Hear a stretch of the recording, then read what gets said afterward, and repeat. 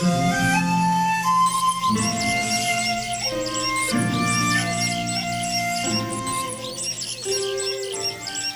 The lord.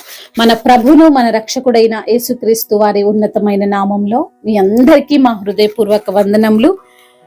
మీరందరూ ఎలా ఉన్నారండి? దేవుని యొక్క కృపలో మీరు వర్ధిల్లుతున్నారని మిమ్మల్ని బట్టి మేము ఎంతగానో దేవుని స్తుతిస్తున్నాం. ఈ రోజు కూడా ఒక చక్కని మాటల ద్వారా దేవుడు మనల్ని బలపరచడానికి ఇష్టపడుతున్నారు. ఆ యొక్క వాగ్దానాన్ని మనం ధ్యానం చేసుకుందాం. దావీదు భక్తుడు 17వ కీర్తన 4వ వచనంలో ఈ మాటలు మాట్లాడుతున్నాడు. నీ నోటి మాటను బట్టి నన్ను నేను కాపాడుకొని ఉన్నాను. హల్లెలూయా.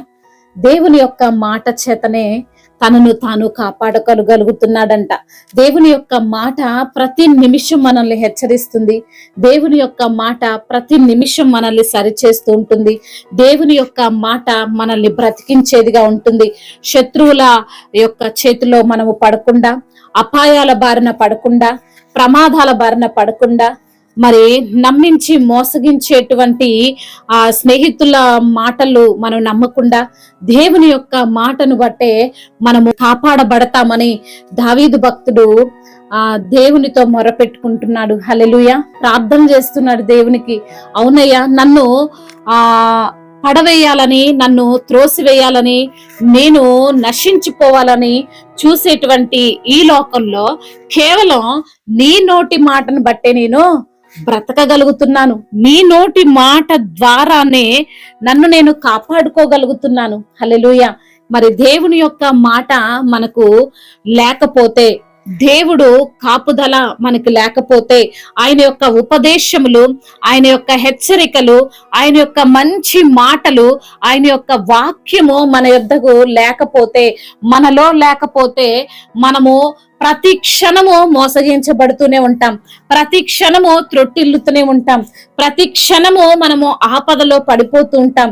మరి ప్రతి నిత్యము మనము ఏదో ఒక తప్పిదాలు చేస్తూ నశించే వారి వైపు పరుగులు పెడతా ఉంటాం. కానీ దేవుని యొక్క మాట ద్వారానే మనం ఈ రోజున కాపాడబడబడుతున్నాం. దేవుని యొక్క మాట ద్వారానే మనము ఈ రోజు కాపాడబడే వారముగా ఉన్నాం. హల్లెలూయా. మరి చాలా రకాలైనటువంటి మోసాలు, చాలా రకాలైనటువంటి ప్రమాదాల బారిన దేవుడి యొక్క మాటలు లేని వారు పడుతున్నారు. చూడండి, లోన్స్ తీసుకుంటున్నారు. మరి ఇంకా దేవునికి వ్యతిరేకమైనటువంటి ఆలోచనలు, దేవుడు చేయొద్దు అన్న పనులు చేసుకుంటూ ప్రమాదాల బారిన పడిన వారు ఎందరో ఉన్నారు. పాపపు క్రియల్లో చిక్కుకున్న వారు ఎందరో ఉన్నారు.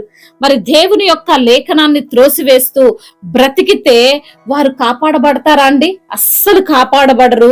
ఆయన అసలు కాపాడడానికి కూడా ముందుకు రాడు. దేవుని యొక్క లేఖనము లేకుండా, ఆయన నోటి మాట మనం వినకుండా, మనకు నచ్చింది మనం చేసుకుంటూ పోతే దేవుని యొక్క కాపుదల మనతో ఉండదు.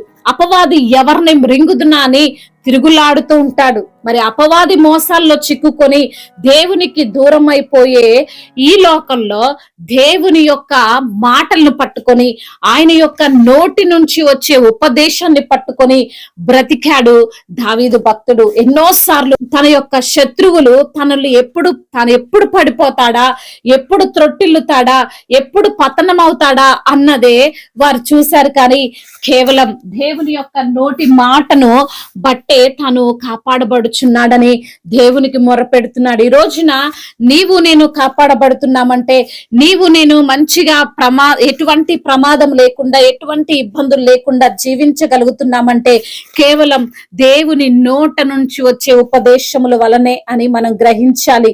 కాబట్టి దేవుడి మాటను మనం ప్రక్కన పెట్టకుండా దేవుని యొక్క లేఖనం ప్రకారంగా జీవిస్తే మనం కాపాడబడతాం, రక్షించబడతాం. దేవుడు ఈ మాటలను దీవించును గాక.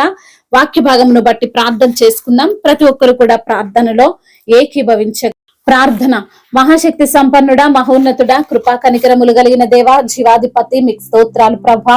అయా మీ నోటి మాట ద్వారానే తండ్రి దావీదు భక్తుడు కాపాడబడుతున్నాడని, ఈ రోజు నా తండ్రి మేము క్షేమంగా ఉన్నామంటే, అయా ఎటువంటి శత్రువుల బారిన మేము పడకుండా ఉన్నామంటే, ఎటువంటి అనారోగ్యముల బారిన మేము పడకుండా ఉన్నామంటే కేవలం మీ యొక్క ఉపదేశములు, మీ యొక్క లేఖనములు, మీరు మాకిచ్చిన జ్ఞానమును బట్టే అని ప్రభువా, ఈ రోజున లేఖనము ద్వారా మీరు మాతో మాట్లాడారు ప్రభా.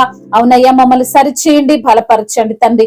ఈ రోజున ఎందరైతే బిడ్డలు మీ యొక్క వాక్యాన్ని వింటున్నారు, ప్రతి బిడ్డ హృదయములో ఆ వాక్యాన్ని స్థిరపరచండి. ఈ రోజునంతటిని వారికి దీవెనకరంగా, ఆశీర్వాదకరంగా ఉంచండి ప్రభా. మీ నోటి మాటలన్నిటినీ తండ్రి వారి యొక్క హృదయములో భద్రపరచుకొని మీ నామానికి మహిమకరంగా జీవించే కృపను దయచేయండి. అనారోగ్యముతో బాధించబడుతున్న ప్రతి బిడ్డను మీరు లేవనెత్తండి, సంపూర్ణ స్వస్థత దయచేయండి. ఎటువంటి భయాలు, ఎటువంటి ఆందోళనలు బిడ్డలకు కలగకుండా మీ యొక్క కాపుదల్లో వారిని భద్రపరచమని యేసు నామములో ప్రార్థిస్తున్నాము తండ్రి. ఆమేన్. May God bless you all. దేవుడు మిమ్మల్ని బహుగా దీవించి ఫలింపచేయునుగాక.